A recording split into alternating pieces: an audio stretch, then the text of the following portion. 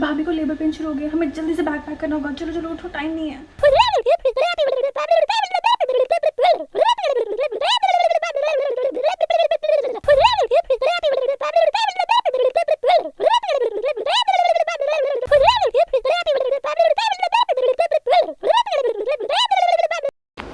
Hello friends, welcome back to mom and dad's world. मैं हूँ Kamna. First of all many congratulations to you. अगर आप ये video देख रहे हैं दैट मीन्स आप बहुत जल्दी अपने घर में एक नन्हा मुन्ना मेहमान लाने वाले हैं, या फिर आपकी फैमिली में कोई है जो बहुत जल्द एक अच्छी सी गुड न्यूज़ देने वाला है। So congratulations and best wishes to the family, to the little one and specially to parents. Labour time एक बहुत ही एक्साइटिंग टाइम होता है।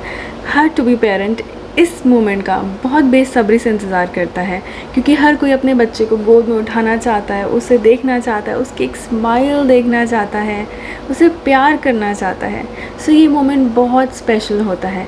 एंड इन्हीं एक्साइटिंग मोमेंट्स में अक्सर लोग भूल जाते हैं कि आपकी डिलीवरी की तैयारी करना उतना ही इम्पोर्टेंट है जितना आपका फ़िज़िकली एंड मेंटली डिलीवरी के लिए प्रिपेयर होना। क्योंकि अक्सर बैक पैकिंग लोग भूल जाते हैं एंड देन उनका वही हश्र होता है जो आपने इस क्लिप में देखा ही है। सो आज इस वीडियो में हम इसी के बारे में बात करने वाले हैं कि आपके हॉस्पिटल बैग में आपके लिए क्या क्या चीज़ें ज़रूरी हैं। तो इस वीडियो को एंड तक ज़रूर देखिएगा, बिकॉज मैंने स्पेशली एंड में 3 ऐसे पॉइंट्स डाले हैं जो शायद ही कोई अपनी वीडियो में कवर करता हो। एंड ये प्योरली बेसिस मेरे खुद के एक्सपीरियंस के हैं, क्योंकि जब मेरी डिलीवरी का टाइम हुआ था तो मुझे लगा था कि ये चीज़ें बहुत ज़्यादा एसेंशियल हैं एंड जनरली ये मिस आउट हो जाती है लोगों से शेयर करनी। So you should know it too. So अगर अभी तक आपने मेरे चैनल को सब्सक्राइब नहीं किया है देन जल्दी से सब्सक्राइब कर लीजिए। साथ में एक बेल आइकन है वो ज़रूर दबाइएगा ताकि मेरे चैनल पे कोई भी नोटिफिकेशन हो वो आपको फटाफट से आ जाए। एंड वीडियो एंड में पसंद आए तो लाइक करके अपना प्यार ज़रूर दिखाइएगा इस वीडियो को। तो आइए बिना किसी डिले के शुरू करते हैं।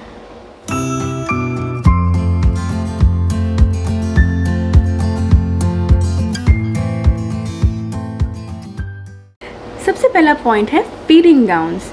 सो ये बहुत असेंशियल है बिकॉज ऑब्वियसली आपको डिलीवरी के बाद अपने बेबी को फीड कराना होगा, तो फीडिंग गाउन रखना इज़ वेरी इंपॉर्टेंट। अब इसके लिए स्पेशली आपको गाउन ख़रीदने की ज़रूरत नहीं है। What you can do best is, जो मैंने किया था, कुछ ऐसे टी शर्ट्स आप ले सकते हैं लूज़ जो थोड़े से लॉन्ग होते हैं जिसमें आगे बटन्स होते हैं, या फिर आप अपनी पुरानी किसी टी शर्ट या फिर लॉन्ग टी शर्ट्स के अंदर आप आगे ज़िप लगवा सकते हैं, या फिर आपके लॉन्ग गाउन्स जो होते हैं जो आप यूजुअली प्रेगनेंसी में घर पे पहनते हैं उसके आगे टेलर से कह के आगे ज़िप लगवा सकते हैं या बटन्स लगवा सकते हैं। So that is very cheap and very comfortable, क्योंकि आप अपने खुद के पुराने कपड़ों में ज़्यादा कंफर्टेबल फील करेंगे rather than going for the new ones. So आप वो प्रेफर कर सकते हैं। आप इसको रख सकते हैं फीडिंग गाउन को अप्रॉक्सीमेटली 3, क्योंकि अगर आपका सी सेक्शन होता है देन आपको हॉस्पिटल में 3 दिन रहने की ज़रूरत पड़ेगी, एंड अगर आपकी नॉर्मल डिलीवरी होती है देन आप हॉस्पिटल में 1 से 2 दिन ही रहेंगे। तो आप ऑन एन एवरेज इसको 3 रख सकते हैं। Second point, you should have a stole. So जब आप फीड कराते हैं बेबी को तो आपके पास एक हल्का सा स्टोल होना चाहिए so that you can cover your self and your baby too, because उससे बेबी को भी बहुत सेंस ऑफ सिक्योरिटी आती है एंड आपको भी कंफर्टेबल लगता है, because they could be possibility कि आपके सराउंडिंग्स में लोग हों। So just to feel comfortable you should have feeding stoles with you. And आप फीडिंग स्टोल 1 या 2 रख सकते हैं, बिकॉज वो ऐसे गंदे नहीं होते हैं, ख़राब नहीं होते हैं, तो 1 और 2 is sufficient. Third thing, cap या स्कार्फ वो ज़रूर रखिएगा, क्योंकि डिलीवरी के बाद बॉडी बहुत वीक हो जाती है, चाहे वो नॉर्मल हो चाहे वो सी सेक्शन हो। तो इसलिए अगर आप अपने आप को कवर्ड रखेंगे, स्पेशली आपका हेड, तो आपको आगे फ्यूचर में प्रॉब्लम्स कम होंगी। वरना जनरली इतनी वीकनेस आ जाती है बॉडी में, अगर आपने अपने सिर को ढका नहीं, उसको कवर नहीं किया, तो फ्यूचर में जा कर के आपको हेडेक्स की बहुत प्रॉब्लम हो सकती है। सो इसीलिए आप कैप रख सकते हैं या फिर स्कार्फ अगर आप कंफर्टेबल हैं तो। एंड आप जनरली इसकी क्वांटिटी 1 या 2 रख सकते हैं। Fourth point, pair of socks. जैसे कैप बहुत ज़रूरी है आपको ठंड से बचाने के लिए, वैसे सॉक्स भी उतने ही ज़रूरी हैं। अब आप ये सोच रहे होगे कि अगर मेरी गर्मियों में डिलीवरी हो रही है तो मैं भला सॉक्स क्यों रखूँगी। आपको रखने चाहिए, क्योंकि जैसे मैंने अभी पिछले पॉइंट में बताया, काफ़ी वीकनेस आ जाती है बॉडी में डिलीवरी के बाद, तो कई लोगों को बहुत ठंड लगती है, तो इसलिए सॉक्स आपको उस ठंड से प्रोटेक्ट करके रखेगा। तो एज अ प्रिकॉशनरी आप 2 पेयर रख सकते हैं अपने पास। Next point is innerwear. अपने कॉटन एंड कंफर्टेबल इनरवेयर्स ही रखिएगा, बिकॉज उस टाइम पे बॉडी इतनी डिस्कम्फर्ट होती है already, you don't want to experiment with new innerwears, क्योंकि कई बार बहुत ईची हो जाते हैं, बहुत अनकम्फर्टेबल हो जाते हैं। सो बेटर गो फॉर इनरवेयर्स जिसमें आप ऑलरेडी बहुत ही कंफर्टेबल रहे हैं अपने प्रेगनेंसी के टाइम पे, and make sure it's cotton again, ताकि कोई भी काइंड ऑफ रैश आपकी बॉडी में ना हो। 6th point is really important. You should keep maternity pads available with you.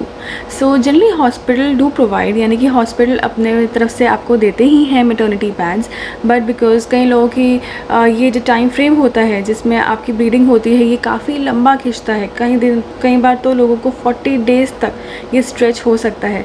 सो इसलिए मैं आपको रिकमेंड करूँगी that take your own maternity pads, and उसमें आप ज़्यादा कंफर्टेबल रहेंगे rather than the hospital ones, and वही आप आगे भी जितने भी दिन का आपका स्ट्रेच रहेगा ये टाइम पीरियड, आप उसमें वो यूज़ कर सकते हैं। सो 1 pack is sufficient for the hospital bag. Next point is bathing essentials. वो अपने पास ज़रूर रखिएगा, जैसे कि आपका फेस वॉश, आपकी कोम, आपका shampoo, soap, toothbrush, toothpaste, towel, lotion, hand sanitizers, जो भी आपके बेदिंग एसेंशियल्स हैं वो अपने पास ज़रूर रखिएगा, because it's a feel good factor. And अगर डॉक्टर अलाउ करते हैं तो आप डिलीवरी के बाद नहा भी सकते हैं या स्पॉन्ज भी ले सकते हैं, बट अदरवाइज़ अगर मैं जनरल टर्म्स की बात करूं, डिलीवरी के बाद डॉक्टर्स नहाना रेकमेंड नहीं करते हैं, स्पेशली अगर आपका सी सेक्शन होता है तो। उस केस में आपका स्पॉन्ज होता है फॉर अराउंड 2-3 डेज़ और 4 डेज़, लेकिन अपने पास ये एसेंशियल रखेगा, छोटी छोटी क्वांटिटी में रखेगा, लाइक अ ट्रैवल पाउच, ताकि इन केस अगर आपको डॉक्टर अलाउ कर देते हैं and if you feel like कि आपको थोड़ा सा फ्रेशन अप होने की ज़रूरत है, एटलीस्ट फेस वॉश करने की या फिर शैम्पू करने की, whatever, you should have it handy. तो एक छोटा सा ट्रैवल पाउच बना सकते हैं with small essentials. Then next point, home coming dress, that's very important, क्योंकि आप चाहते हैं कि जब आप अपने बेबी को घर लेकर आएँ तो बहुत ही अच्छे से मूड में एंड अच्छे से सुंदर लग कर आएँ, तो अपने लिए होम कमिंग ड्रेस ज़रूर रखिएगा बैग में। जनरली मॉमीज़ ये चीज़ भूल जाती हैं कि अपने पे भी ध्यान देना होता है डिलीवरी के बाद, बेबी होने के बाद, तो होम कमिंग ड्रेस एक सुंदर सी प्यारी सी ज़रूर रखिएगा, ताकि आप अपने बेबी के साथ अच्छी पिक्स क्लिक करवा सकें। 9th point, slippers. एक कंफर्टेबल पेयर ऑफ स्लीपर्स अपने पास ज़रूर रखिएगा, क्योंकि जब आप हॉस्पिटल में होंगे तो ऑब्वियसली आप अपने सैंडल्स पहन के नहीं घूम सकते हैं, एज इट इज़ बॉडी बहुत ही डिफरेंट मूड में होती है, तो आप चाहेंगे कि आप बहुत ही कंफर्टेबल पेयर ऑफ स्लीपर्स में रहें, तो अपने पास वो आप एक रख सकते हैं, and 1 quantity is again sufficient for this. Next point, आपके साथ जो भी जा रहे हैं रहने के लिए हॉस्पिटल में, चाहे वो आपकी मदर हो, आपकी मदर इन लॉ हो, आपके हस्बैंड हो, या फिर आपके सिस्टर इन लॉ, एनीवन, जो भी आपके साथ केयर गिवर होंगे हॉस्पिटल में, प्लीज़ उनके लिए भी क्लोथ्स एंड एसेंशियल्स रख लीजिएगा, क्योंकि जनरली बेचारे उनका तो कोई ध्यान रखता ही नहीं है, हर कोई मदर एंड बेबी के पीछे होता है, एंड एट देन उनके कपड़े रह जाते हैं। उनके कपड़े अलग से पैक करना और उनके एसेंशियल्स अलग से पैक करना मत भूलिएगा। Next point, chargers. जनरली ये भी टेकन फॉर ग्रांटेड होते हैं, बट जब आप हॉस्पिटल पहुंचते हैं तब आपको इसकी इंपॉर्टेंस पता चलती है कि आपके चार्जर्स रह गए हैं, because that is the moment when your baby arrives. आप चाहते हैं कि आप वो मेमोरी कैप्चर करके रख सकें अपने पास। इनफैक्ट डिलीवरी में जाने से पहले भी कई लोग वो मोमेंट कैप्चर करके रखते हैं for the lifelong experience.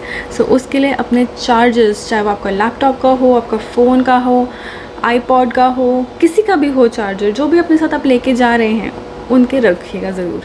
Next point is medicines. आप कहेंगे कि मैं हॉस्पिटल जा ही रही हूँ तो मुझे मेडिसिन्स लेके जाने की क्या ज़रूरत है? आपको लेके जाने की ज़रूरत है, बिकॉज कई लोग अपनी प्रेगनेंसी में कुछ न कुछ मेडिकल रीज़न की वजह से मेडिसिन्स ले ही रहे होते हैं। कई लोगों को बीपी का प्रॉब्लम होता है, किसी को थायराइड का प्रॉब्लम होता है। सो इसलिए बेटर है कि आपको जो डॉक्टर ने मेडिसिन प्रिस्क्राइब करी है एज ए प्रिकॉशनरी अपने पास वो रखिए थोड़ी सी क्वांटिटी में। बाकी आपको हॉस्पिटल जाके तो अवेलेबल होगा ही होगा, बट जस्ट इन केस अगर वहाँ पे वो वाइटामिन्स या फिर वो मेडिसिन अवेलेबल नहीं हुई या आउट ऑफ स्टॉक हुई, then you would not want people to rush for your medicine. So इसलिए प्रिकॉशनरी वो मेडिसिन अपने पास एक छोटे से ट्रैवल पाउच में रखना इज़ वेरी इंपॉर्टेंट। नाउ जैसे कि मैंने आपको प्रॉमिस किया था लास्ट में, मैं आपको 3 बहुत इंपॉर्टेंट पॉइंट्स बताऊँगी, तो वो आप नोट कर लीजिए। वो है मेडिकल रिकॉर्ड्स। जी हाँ, ये सबसे ज़्यादा टेकन फॉर ग्रांटेड चीज़ होती है। Medical records are really important.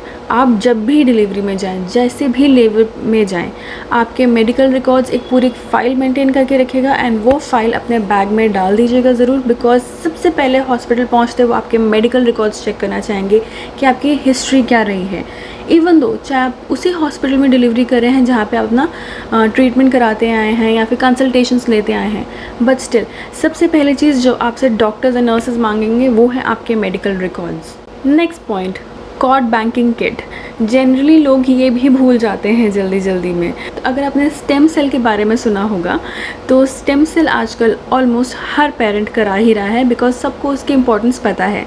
तो वो एक किट आती है इतनी बड़ी, वो किट अपने पास ज़रूर लेके जाइएगा, क्योंकि अगर आप वो भूल जाएंगे, लेबर में चले जाएंगे, देन उस किट का कोई यूज़ नहीं है पोस्ट डिलीवरी। वो किट चाहिए होती है आपकी डिलीवरी के टाइम पे, ताकि वो आपके कॉर्ड बैंकिंग यानी कि स्टेम सेल्स को स्टोर करके रख सकें आपके बेबी एंड आपके फ्यूचर के लिए। तो don't forget to take that too. Then last point जो कि बहुत ही इम्पॉर्टेंट है, आपको मेंटली बहुत स्ट्रॉन्ग, बहुत पीसफुल रहने की ज़रूरत है ड्यूरिंग योर लेबर टाइम, क्योंकि वो टाइम बहुत पेनफुल होता है। तो उस टाइम पे अगर आपको लगता है कोई भी ऐसी चीज़ जो आपको बहुत खुशी दे सकती है, बहुत ही मेंटल सेटिस्फैक्शन दे सकती है या फिर सेंस ऑफ पॉजिटिविटी दे सकती है, वो अपने पास ज़रूर रखिए। चाहे वो आपकी भगवान की मूर्ति हो, या आपकी कोई बाइबल हो, या होली बुक हो, या फिर एक नॉर्मल सा स्टोन क्यों ना हो, कुछ भी जो आपको सेंस ऑफ पॉजिटिविटी दे, हैप्पीनेस दे, वो अपने पास रखिए एंड फिर देखिए कि आपके पेन्स जो होंगे वो कंपैरेटिवली बहुत कम हो जाएंगे। So guys that's all from my side today. ये तो थी कुछ इंपॉर्टेंट चीज़ें जो आपको अपने हॉस्पिटल बैग में रखनी ज़रूरी हैं। एंड ये ज़रूर याद रखिएगा कि हॉस्पिटल बैग एंड मोमेंट लिए नहीं छोड़ना है, आपको हॉस्पिटल बैग पहले से ही प्रिपेयर करके रखना है। एंड आप जनरली प्रिपेयर कर सकते हैं जैसे ही आपका 7th मंथ स्टार्ट होता है, तो उसके अराउंड आप अपना ये बैग छोटा सा प्रिपेयर करके कॉर्नर में रख दें एंड अपने फैमिली मेम्बर्स को इन्फॉर्म करके रख दें कि आपको बैग ऑलरेडी तैयार है, ताकि जब भी मोमेंट आए वो बस बैग उठाएं एंड आपको ले जाएं। आपने अगर अभी तक मेरे चैनल को सब्सक्राइब नहीं किया है then do subscribe to my channel and साथ में बेल आइकन ज़रूर दबाएगा, ताकि मेरे चैनल के नोटिफिकेशंस आपको फटाफट से आ जाए। एंड अगर ये वीडियो पसंद आया हो तो प्लीज़ लाइक ज़रूर कीजिएगा, इससे मुझे पता चलेगा कि आपको ये वीडियो पसंद आ रहा है। और अगर मैंने कोई ऐसी चीज़ है जो मिस कर दी है तो प्लीज़ वो कमेंट सेक्शन में ज़रूर मेंशन कीजिए, ताकि हमारे बाकी कम्युनिटी को हेल्प मिल सके। So guys, thank you so much for watching my video. Until next video, ciao।